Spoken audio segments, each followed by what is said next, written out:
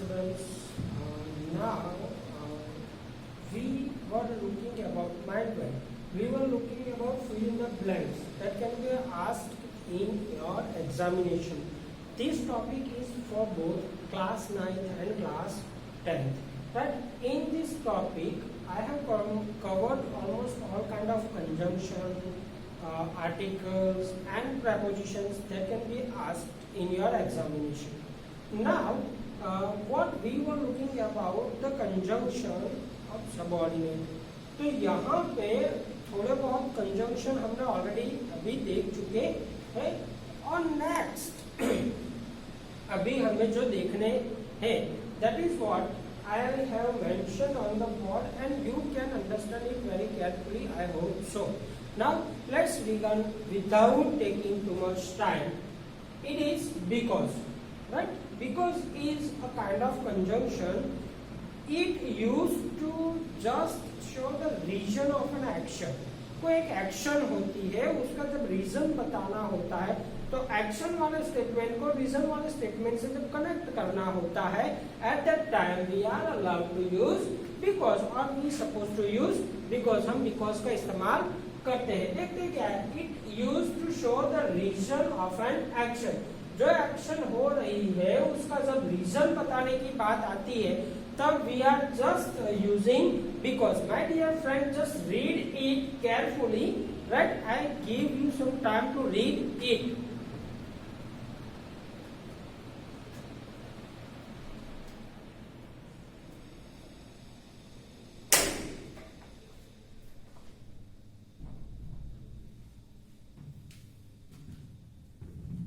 Okay, dear student, I hope you have read it very carefully. Now understand it. See, an action, कोई एक statement होता है, there is a statement, उसके अंदर an action is mentioned and there is another statement in which the reason of an action is mentioned. We are supposed to just if you want to join the two different, एक action है और एक reason है. अगर ऐसे कोई statements को अगर हमें we want to connect that we have one connector named because. हमारे पास बिकॉज नाम का एक कनेक्टर है. नाम देखिए, I learn how to start my own business. यहाँ पे पूरा वर्ड है, यहाँ पे business, right. I have learn और I learn how to start my business. यहाँ पे एक एक्शन हो रही है कि मैंने सीखा. What I have learned, dear student, what I have learned, ये सीखने की एक्शन हमारी है. ये क्या है? एक्शन है डियर स्टूडेंट. एंड यहाँ पे बिजनेस करने के लिए सीखा तो सही. दूसरा क्या है? You had taught me. आपने मुझे सिखाया था. आपने मुझे सिखाया था, ये रीजन है कि मैंने सीख लिया, राइट. ये समझ में आना चाहिए आपको. I learned how to start my own business. मैंने हमारा जो बिजनेस है वो कैसे शुरू करते हैं वो सीख लिया. Because you have taught me. आपने हमें सिखाया था. आपने हमें सिखाया था, उसी वजह से हमने हमारा खुद का बिजनेस करना सीख लिया. तो यहाँ पे एक एक्शन है और एक रीजन है. Now let's have a look on another conjunction or connector, that is until. until को हम कैसे यूज करेंगे स्टेटमेंट में और कैसे यूज हो पाएगा. पहले until का मीनिंग समझ लो. until क्या होता है? until means up to the time that. कोई पर्टिकुलर टाइम होता है तब तक. until up to that time, जो टाइम होता है वहां तक. तो यहाँ पे ये चीज आपको समझनी पड़ेगी before just cracking your fill in the blank. Understand it very well. I just try to explain you. See, example क्या है हमारा? Don't do anything. ऐसा कुछ भी मत करना. Don't do anything. Do not do anything. ऐसा कुछ भी नहीं करना. Don't do anything. ऐसा कुछ भी नहीं करना. कैसा भाई? I come back. जब तक मैं वापिस न आऊं तब तक. up to एक टाइम होता है मेरे वापिस आने का. तो मैं जब वापिस न आ जाऊं तब तक आपको कुछ नहीं करना है. You are not allowed to do anything until I come. जब तक मैं वहां पे न आऊं तब तक आपको कुछ नहीं करना है। आई hope you have understood this one very well. Now let's talk about unless. अब देखो अनटिल और अनलेस के अंदर आपको एक चीज थोड़ी सी ध्यान में रखनी पड़ेगी कि व्हेन यू यूज अनटिल तो उसमें एक नेगेटिव फ्रेम ऑफ होता है, जहां पे मैंने यहाँ पे लिखा है डू नॉट। अनटिल मतलब तब तक नहीं, जब तक नहीं, उस अर्थ में यहाँ पे लिखाया गया या बताया गया है, राइट। तो ये चीज आपको याद रखनी है। Complete it until I come, complete it until I come, ऐसा तो हो नहीं सकता, सिर्फ यही हो सकता है don't do anything until I come, ऐसा कुछ भी मत करना। मतलब नेगेशन होना चाहिए वन ऑफ द स्टेटमेंट जब we are using until. Until का हम यूज कर रहे हैं तो वहां पे एक नेगेटिव स्टेटमेंट भी होना जरूरी है। अनलेस में भी ऐसा ही कुछ है। अनलेस का मतलब क्या होता है, एक्सेप्ट ऑन द कंडीशन। कोई कंडीशन को छोड़ दो, आप कोई कंडीशन को छोड़ दो, उसके अलावा जो चीज बतानी होती है तब आप अनलेस का इस्तेमाल कर सकते हो। देखो यहाँ पे क्या बताया गया है हमें, you will not pass the exam. आप एग्जाम को पास नहीं करोगे या कर पाओगे अनलेस, अब कंडीशन है यू वर्क हार्डर। जब तक आप मेहनत करोगे नहीं, सखत परिश्रम करोगे नहीं, my dear student, efforts are required to achieve something. कुछ पाने के लिए कुछ एफर्ट्स करनी जरूरी होती है। आई hope you have understood this one very well and you might find certain examples for that if you want to achieve a bigger, as bigger the efforts required, उतनी ही बड़ी एफर्ट्स आपको लगानी पड़ेगी। छोटी चीजों के लिए छोटी एफर्ट्स होती है और बड़ी चीजों के लिए बड़ी एफर्ट्स होती है। यहाँ पे वही बताया गया है, हमें एक कंडीशन बताई गई है, राइट। एक्सेप्शन वहां पे बताया गया है कि भाई you will not pass the exam, आप एग्जाम पास नहीं करोगे। क्या शर्त क्या रखी गई है कि भाई अनलेस यू वर्क हार्ड, अगर आप हार्ड वर्क नहीं करोगे, स्मार्ट वर्क नहीं करोगे, प्रॉपर होमवर्क नहीं करोगे, प्रॉपर रिवीजन नहीं करोगे, तब तक आप पास नहीं कर पाओगे एग्जाम को। You are not allowed to crack the exam, okay, और it is not possible without any effort, right. It is saying that in Sanskrit that न सुप्तस्य मुखे मृगा प्रविशन्ति, मतलब कोई अगर बैठा है सिंह जैसा, लायन जैसा, तो उसके अंदर मुखे मृगा न प्रविशन्ति, यानी मृग जो डियर है वो उसके मुंह में जाके नहीं पड़ेगा। लायन को एफर्ट करनी पड़ेगी, उसके पीछे भागना पड़ेगा। He has to even die and fly in the air to get the prey। उस प्रे को पाने के लिए, उस शिकार को पाने के लिए उसको मेहनत करनी पड़ेगी, right. I hope you have understood this one. Now let's talk about so, another conjunction. So क्या बोल रहा है, someone has stolen his car. अब ये जो सो है और ये बिकॉज है ऑलमोस्ट सेम है, दोनों रीजन बता रहे। देखो, someone has stolen his car, किसी ने उसकी कार को चुरा लिया, राइट। अब क्या हुआ, उसका परिणाम क्या है, कारण क्या था, he is crying. He is crying, why she is crying, because someone has stolen his car. Why she was crying और he was crying, he was crying because someone has stolen his car, number one. Number two, someone has stolen his car, so he is crying। उसकी car किसी ने चुरा ली, इसलिए वो रो रहा है। वो रो रहा है, क्यों भाई रो रहा है, because someone has stolen his car, उसकी कार किसी ने चुरा ली। Now in the same list we are getting one more, that since. यहाँ पे सिंस नाम का एक वर्ड है जो कनेक्टर के तौर पे भी यूज होता है। सिंस का मतलब होता है फ्रॉम द टाइम व्हेन, जब कोई एक्शन शुरू हुई है वहां से जब कोई बात की जाती है तब आपको सिंस का एक कनेक्टर वहां पे पुट ऑन करना होता है। यहाँ पे आप देख लो,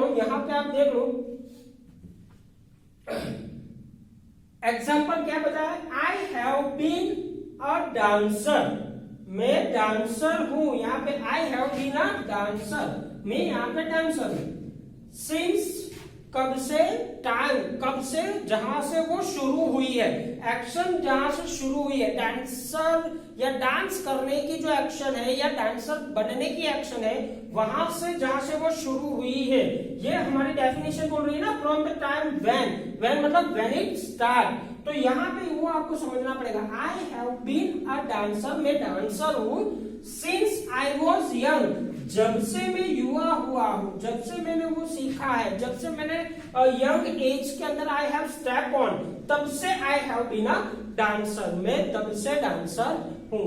आई hope you have understood this one also. Now let's talk about next connector, that is how. हम हाउ का भी इस्तेमाल कर सकते हैं। How can be asked to form the question as well, and how can be asked as a connector, right? Or it can ask you in a yes my dear student, you are understanding it better. It can be asked in your do as directed exercise as well, right? How का मतलब क्या होता है? How का मतलब होता है means the way in which the thing happens, the way in which the thing happens, वो चीज किस तरह से बनी है। How, what is the way it, yes very good. Now यहाँ पे आप देखो, ही explained how he completed it in a few days, उसने थोड़े ही दिन में कंप्लीट किया है, उस तरह से वो एक्सप्लेन कर रहा है।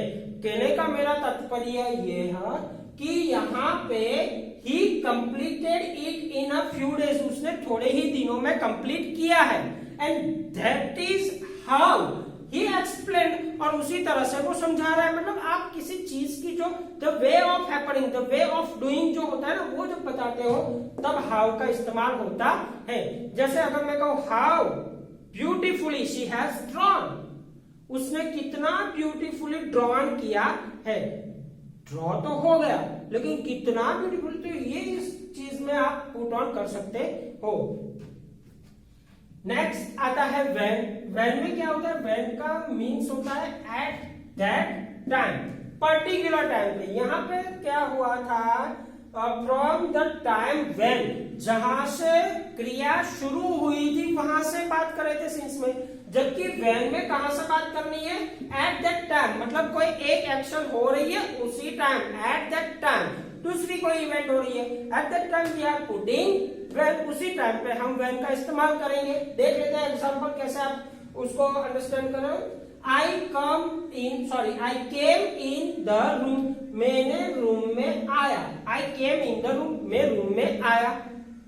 Everyone looked at me, और दूसरी एक्शन मेरी बताई गई है, everyone looked at me, हर कोई मेरी ओर देख रहा था। There are two different sentences, two different actions. Now if I want to connect it, or if I want to fill in the blanks, or there is a blank given according to this statement, तो कैसे हमें fill करना है? Understand it very well. See, everyone looked at me when I came in the room. When I came in the room, everyone looked at me. अब यहाँ पे दोनों example अलग थे, तब तो मैंने फुल स्टॉप लगाया, लेकिन आप जब when का पुट ऑन करोगे, when लगाओगे, तो वहां पे you have to put comma. Here you can see. I hope you have understood one. See, when I came in the room, जब मैं रूम में आया, तब मतलब जब आने की घटना और उसी टाइम के लोगों को देखने की घटना, दोनों क्या है? At the time, same time पे वो हो रही है। तो ये चीज आपको समझनी पड़ेगी। और उसके बाद का जो लास्ट वाला जो हमारा कनेक्शन या कंजंक्शन के टॉपिक के टाइटल के हेठल आता है, उसको आपको अगर समझना है तो वो है कोरिलेटिव कंजंक्शन। आखिरी वाला जो है कोरिलेटिव कंजंक्शन क्या है? They come in a pair. एक तो कोरिलेटिव कंजंक्शन, ये वर्ड ही आपको बता देगा माय डियर स्टूडेंट कि कोऑर्डिनेट क्या कर रहा है। एक कंजंक्शन होता है जो ऑर्डिनेट करता है, और उसका को मतलब उसके साथ दूसरा कोई एक कनेक्टर होगा, मतलब दो कनेक्टर होंगे, वो दोनों एक साथ सेंटेंस के अंदर कहीं ना कहीं अलग अलग प्लेसेस पे यूज हुए होंगे, उसको ही हम कोरिलेटिव कंजंक्शन बोलते हैं। देख लेते हैं कैसे यहाँ पे बताया गया है। They come in the pair and you have to use both of them. यहाँ पे कोरिलेटिव कंजंक्शन आपको पैर में आते, दो भाग में आते, दोनों एक साथ आते हैं और दोनों का आपको इस्तेमाल करना होता है। You have to use both of them in a different places in a sentence. अलग अलग जगह पे सेंटेंस में दोनों को एक साथ यूज नहीं करना है, तो वो कोरिलेटिविटी नहीं बनेगी। When the correlativity, if you want to make the correlativity between the sorts of things in the sentence, then you must use both of them at a separately at a one time in the sentence, right? What are the elements for that? Elements क्या क्या होते हैं इसके देख लेते हैं dear student. यहाँ पे देखो both and ये दोनों एक साथ आते हैं, both and दोनों एक साथ आते हैं। फिर आता है वेदर और जब भी आप वेदर का इस्तेमाल करोगे दूसरे सेंटेंस के अंदर कहीं ना कहीं आपको और दिखेगा। Now either or, as you know that, neither nor, as you also know that, but. अब यहाँ पे ये याद रखना कि आइदर और नाइदर नॉर तो आता ही है, यहाँ पे दूसरा एक वर्ड आता है नॉट बट, फिर not only but also. These are known as correlative conjunction, इसको ही हम कोरिलेटिव कंजंक्शन बोलते हैं, right? Just focus on it and read it very properly, and please do not forget to write in your notebook. Thank you.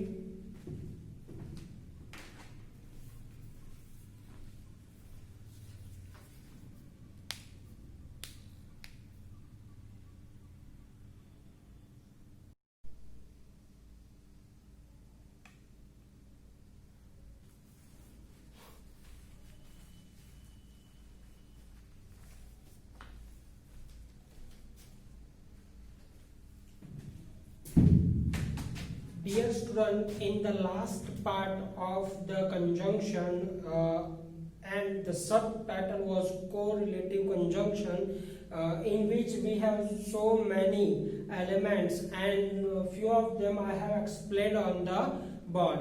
Now we have already learned about that how the correlative conjunction work. Number one, correlative conjunction work in जो it comes in pair. सबसे पहले एक चीज याद रखो, correlative conjunction comes in a pair and both the word from the pair should be used in the sentence. वो भी एक सही बात है। और जब if you are using that pair of the word, it should be meaningfully placed into the sentence to get a whole meaning. Now here let's talk about the same one, and perhaps this is the last from the fill in the blanks conjunction का जो portion है, fill in the blanks वाला जो पूरा का पूरा question है। I hope I have covered all and I will provide you certain materials for the preparation for examination, but this is number 1, 2, 3, 4, that these are the correlative conjunction or connector. Let's talk about it. Either or, यहाँ पे आप you can see as per the definition of the correlative conjunction, you will be given two different words. यहाँ पे हमें either भी दिया गया है और भी दिया गया है. Is it okay? Now it should be used in the sentence to get a proper meaning. अब इसको प्रॉपर मीनिंग के लिए आपको सेंटेंस में यूज करना है, वो बात भी सही है, लेकिन यहाँ पे आपको ये आइदर और जो है ना, use to make a choice from the given alternatives और ऑप्शन, उसमें जो ऑप्शन देते ना उसमें से कोई एक, ओनली वन, ये याद रखना है आपको, ओनली वन चॉइस प्रीफर करने के लिए you are allowed to use either or, as I have mentioned in the example, as you can read. See, I will take either car or bus to reach you. If I am given a sentence, then I will take a car. Number one, ये sentence अगर मुझे दिया गया हो, यहाँ पे इस तरह से देखो, I will take a car. Right? दूसरा है I will take a bus, ये दूसरा है। ये दोनों में ले सकता हूं, I will take a car, शायद मैं मतलब यहाँ पे मैं कार भी लूंगा या फिर बस लूंगा, राइट? यहाँ पे दो स्टेटमेंट है। फॉर व्हाट पर्पस, पर्पस यहाँ पे क्या है? टू रीच यू, मान लो कि टू रीच यू। तो मुझे आपके पास पहुंचना है, I want to reach you.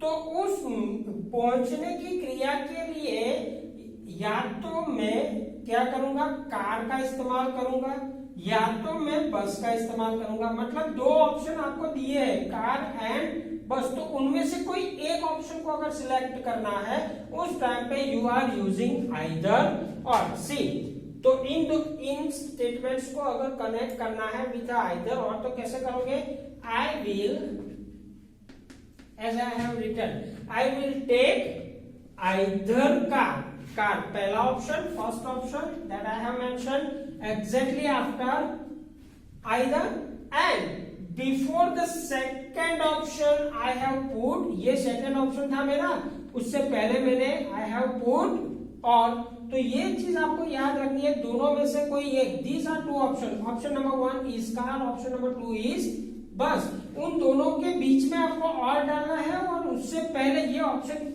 Give करने से पहले आपको आइदर का रिमेंबर करना है। Only then and then you are fill in the blank और may be it can ask in a yes do as directed, तो उसके अंदर भी आपको इसी तरह से आइदर और का उपयोग करके उसको बनाना है। आई hope you can understand this one. Now let's talk about another one that is both and.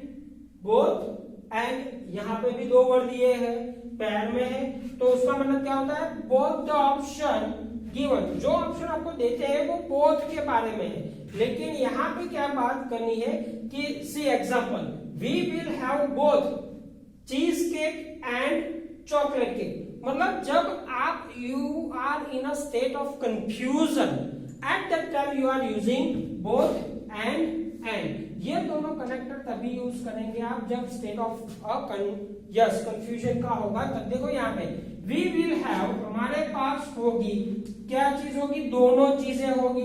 दोनों ऑप्शन यहाँ पे दिए गए, पहला ऑप्शन क्या है, cheese cake, this is my first option, and chocolate cake, this is my second option. तो आप याद रखिएगा कि जो फर्स्ट ऑप्शन आप दे रहे हो उससे पहले मुझे बोथ का इस्तेमाल करना है, और then you when you add, जब you put a second option in front of the people, उससे पहले आपको क्या करना है, एंड का इस्तेमाल कर देना है। तो आपकी फिल इन द ब्लैंक्स होगी करेक्ट, राइट ना। देखो इससे आगे वेदर और, वेदर और ये भी पैर में है। देखो use to introduce the first of two or more alternative. अब ये आप हमेशा याद रखना, ये चीज दिमाग में बिठा के रखना कि वेदर और आप कब यूज करोगे, when you will use whether or. तो when you are given two different option or alternative, मुझे ये कार और बस दोनों के ऑप्शन दिए गए हैं, I am given the both the option, पहला था कार एंड दूसरा था बस। तो उन दोनों में से अगर आपको ये पहला वाला प्रेफर करना है ना अल्टरनेटिव, तो उसमें आप ये चीज आगे डालिएगा। आप क्या करेगा, लिखना दोनों के है, लेकिन जो पहला प्रेफरेबल है आपको, राइट, तो उसको पहले दर्शाना है इस वेदर और के उपयोग के समय पे। देखो यहाँ पे I have put I might come, दूसरा स्टेटमेंट है आई डोंट नो। मेरे पास यहाँ पे दो ऑप्शन है, मतलब सॉरी दो सेंटेंसेस है। सेंटेंस कौन सा है, पहला मेरा सेंटेंस है ही माइट कम, वो शायद आएगा। आई डोंट नो, मुझे मालूम नहीं है।